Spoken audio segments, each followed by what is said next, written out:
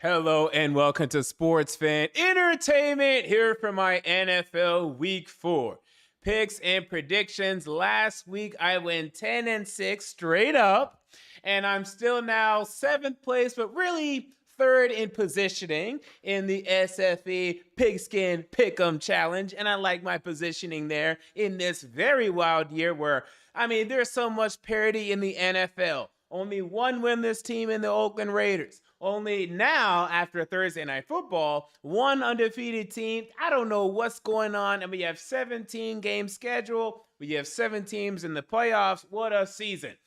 But boy, against the spread, I continue to struggle. 2-3 last week, 5-10 overall. And my goodness gracious, guys, I had to improve. Let's get it started this week because this cannot continue. I'm losing way too much money. So let's go ahead and continue. Let's begin with the Minnesota Vikings at the New Orleans Saints, where Andy Dalton, the Red Rocket, will make his return. He will be starting for the New Orleans Saints more likely than not. There's still a chance that James could start, although, I'm recording this now on Saturday. They might have already said that he's done. There's no chance, but Dalton's going to start.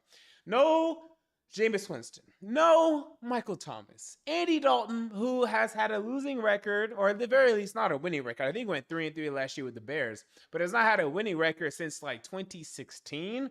I got to go with the Minnesota Vikings. Even though I don't love them on the road, I still, and this is in London, which is on the road. I still had to go with the Vikings here. They're the better team. They got to get it done. The Saints are what I expect them to be, thank God, because the first week I was scared. I was like, damn, the Saints defense is really good, and they do really have these nice wide receivers.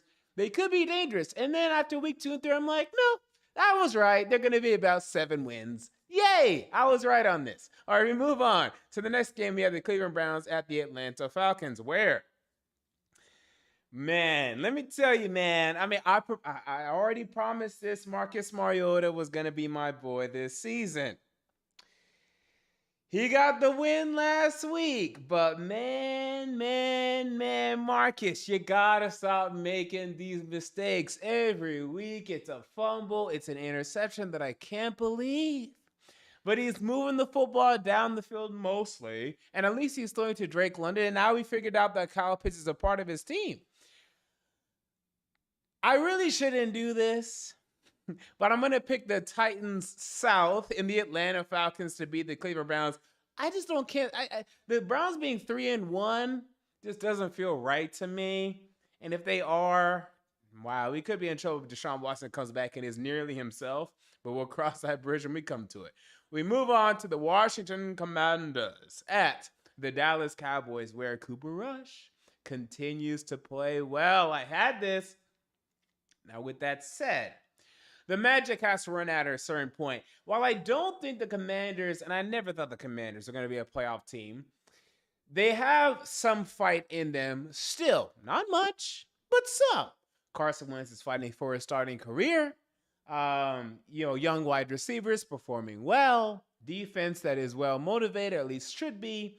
This is a perfect opportunity for the Commanders to stride into Dallas and get it done. I have the Commanders going to Dallas and getting it done here. If Dak Prescott was playing, it'd be a different story. But I think for the game that the Cowboys want to play, the Commanders this week, their backs are against the wall here. They don't want to go in 3.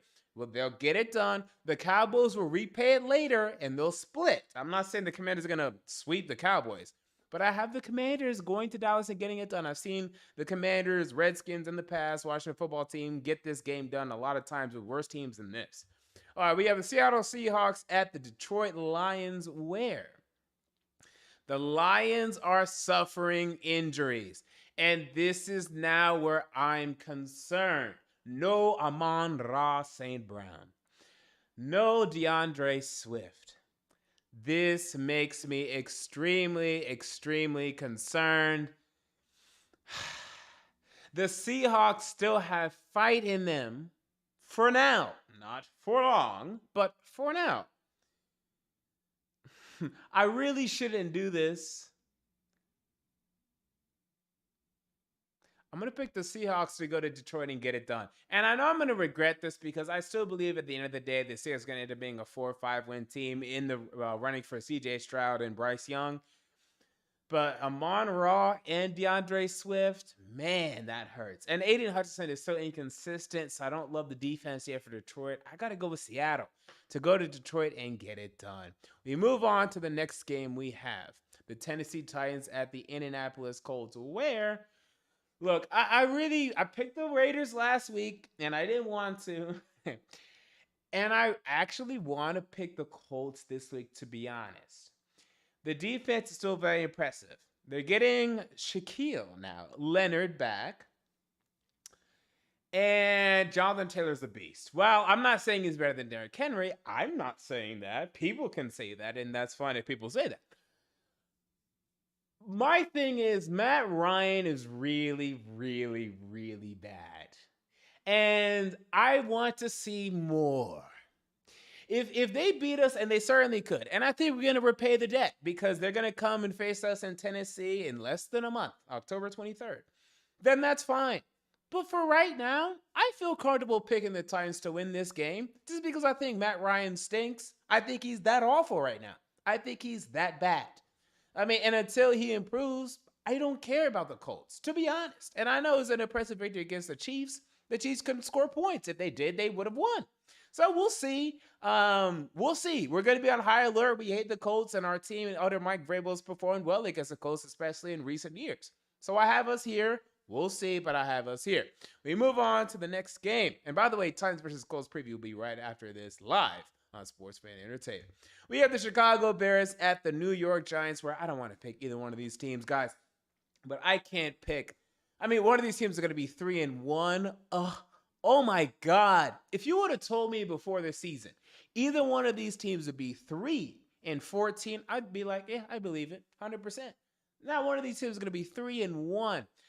But, the Bears, they keep getting these low-scoring, and this is going to be low-scoring as well, but these low-scoring contests, Justin Fields stinks. Look, I compared him to Jake Locker, but even Jake Locker, I don't think Jake Locker went 3 weeks scoring under, has it been 3 weeks now for the Bears score? Okay, I'm not sure they scored under 20 points, but I'll say this. 2 out of 3 games of the season, it's been under 100 yards. Even Jake Locker didn't do that. I mean, my goodness gracious. They can't move one was a monsoon. Last week was no monsoon. This guy can't throw the football. I mean, not consistently. He can't drop back and make reads and make throws at all. I'm done with Justin Fields. Y'all need to move on in Chicago immediately. I got to go with the Giants here. Even though I'm done with Daniel Jones, I've been done with Daniel Jones since last season. At least they have Brian Daboll. And I have more faith in him than Matt Eberflus as of right now. As of right now, who knows? But for right now, at least I have some sort of confidence in New York that I'll roll with here. We move on to the Jacksonville Jaguars and the Philadelphia Eagles, where you have to pick the Eagles here. Now, the Jaguars could upset. We'll see. We're still trying to figure out what the Jaguars are, but for right now, you have to pick the Eagles are 3-0, playing as if they're one of the best teams in the NFL. There's always an upset probability here, but you have to pick the Eagles here. Come on. Move on to the New York Jets at the Pittsburgh Steelers, where Zach Wilson is coming to town, and I am concerned about this. However, with Mike Tomlin on the edge of 1-3, Pittsburgh is back at home. They should get it done. If not, they're in trouble, and they need to be starting Kenny Pickett. I mean, this is ridiculous. It's been 3 straight weeks. Mitchell Trubisky under 190 yards passing. Absurd. Kenny Pickett's going to walk in there, throw for at least 220 yards a game, at least. I'd argue 250. And, well, maybe not 250, at least 230, 240. He's rookie season 100%. He's better than Mitchell Trubisky, and they need to put him in. I don't know why they're scared to put him in other than just like old school Pittsburgh, Mike Tomlin, we ain't going to do that mentality. Pittsburgh gets it done here. Trubisky saves his job for now, but man, move on to Kenny Pickett. Please move on to Kenny Pickett. We move on to the Buffalo Bills at the Baltimore Ravens, a prime AFC matchup here, where I have to ultimately go with the Bills. Now, this is going to be very close, but the Bills are coming off of a loss. Ravens coming off of a win. That's my rationale. And just because of that, the Bills are going to be more desperate. The Bills, they don't want to start 2-2. They've already gotten themselves, maybe their ego too high because everyone's hyping up as, they're unbeatable, yada, yada, yada. They could be 2-2 easily here. There goes unbeatable. Everyone said they were so unbeatable they could be 2-2. But I feel like the Ravens, they're the worst team. It's going to be close, but I got to go with the Bills just out of desperation on their end. Los Angeles Chargers at the Houston Texans, H-Town, where? This game gives me concerns. The Chargers are a disappointment under Brandon Staley. They're now 10-10 under Brandon Staley. I had them 12-5 this year, winning the AFC West. That's an L on me. As of right now, we'll see. Maybe things change, but as of right now, that's an L for me. The Texans are competing. Davis Mills, a little moxie. I see you there. Lovie Smith, at least doing the defense and making sure that it's competing and doing what it needs to do. I'm going to pick the Chargers here, but I'm going to pick the Texans to cover. We're going to get into that a little more soon. We move on to the Arizona Cardinals at the Carolina Panthers, where Baker Mayfield. Man, this guy stinks. I mean, I really thought he was going to come into Carolina and switch things up, but maybe Carolina is just that bad. I mean, Teddy Bridgewater looked bad. He moved on to Denver, looked better. And now moved on to Miami, looks even better than that. Sam Darnold moved there, looks bad. Cam Newton was there for another little stint, bad. Matt Rule stinks. He's done. He's finished. Cook him.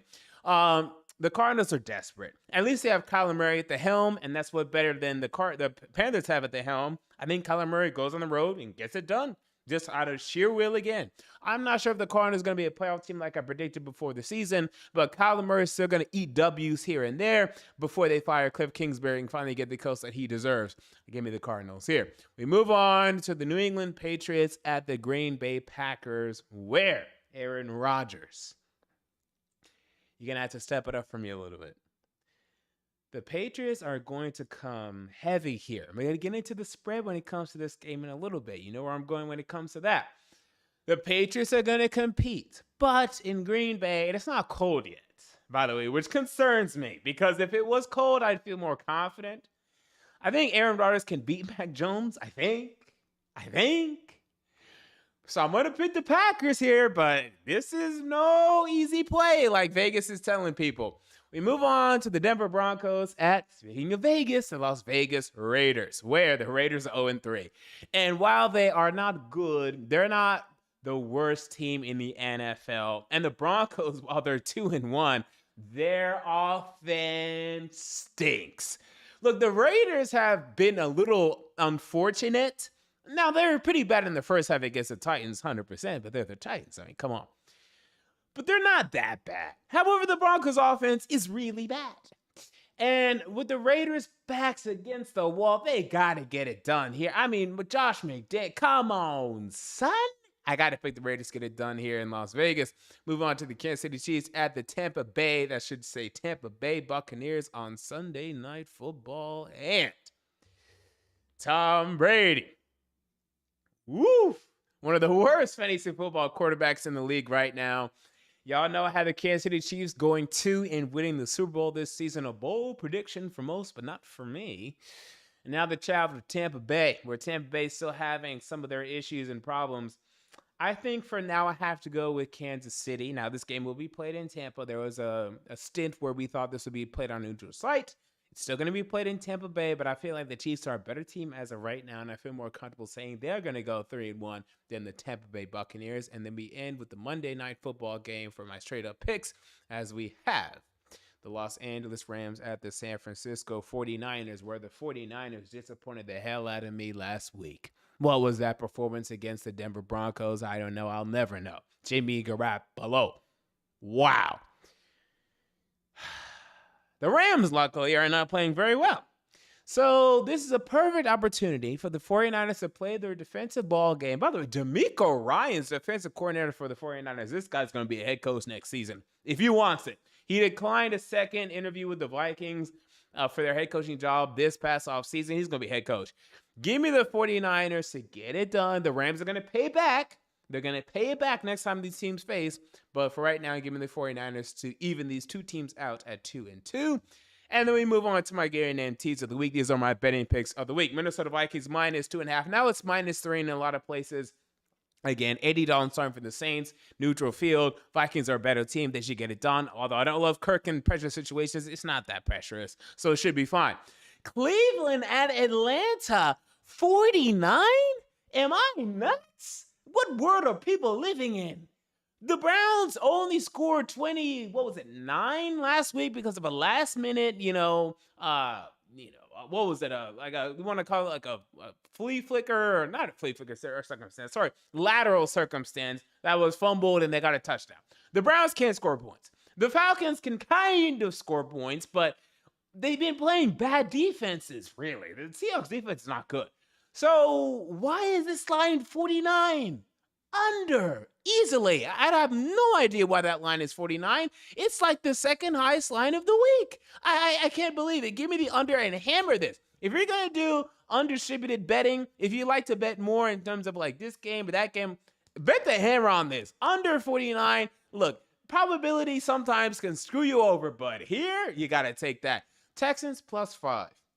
They're going to compete. It's in Houston. They've been sucking people into Houston and playing close games this season. I expect the same with a struggling Chargers team as of right now. They could still definitely turn it on, but not right now. They're banged up. Cardinals +1.5. Again, they're going to compete. I like Kyler to at least compete and do his thing and scurry around and do his thing. I like it. And then Patriots +9.5. They could win the game. If the Patriots beat the Packers, I'm not shocked. But the Packers can't score points. The Patriots, Jonathan Jones, cornerback, is a lockdown corner right now. So he's going to lock down at least one of those Packers wide receivers, probably Romeo Doubs, because he's turning out to end up being their best wide receiver as of right now. And no, Sammy Watkins is there right now. So one of them is going to be locked down. They're going to be able to stop the run because Belichick knows that's what you have to do right now against the Packers. It's going to be a close game.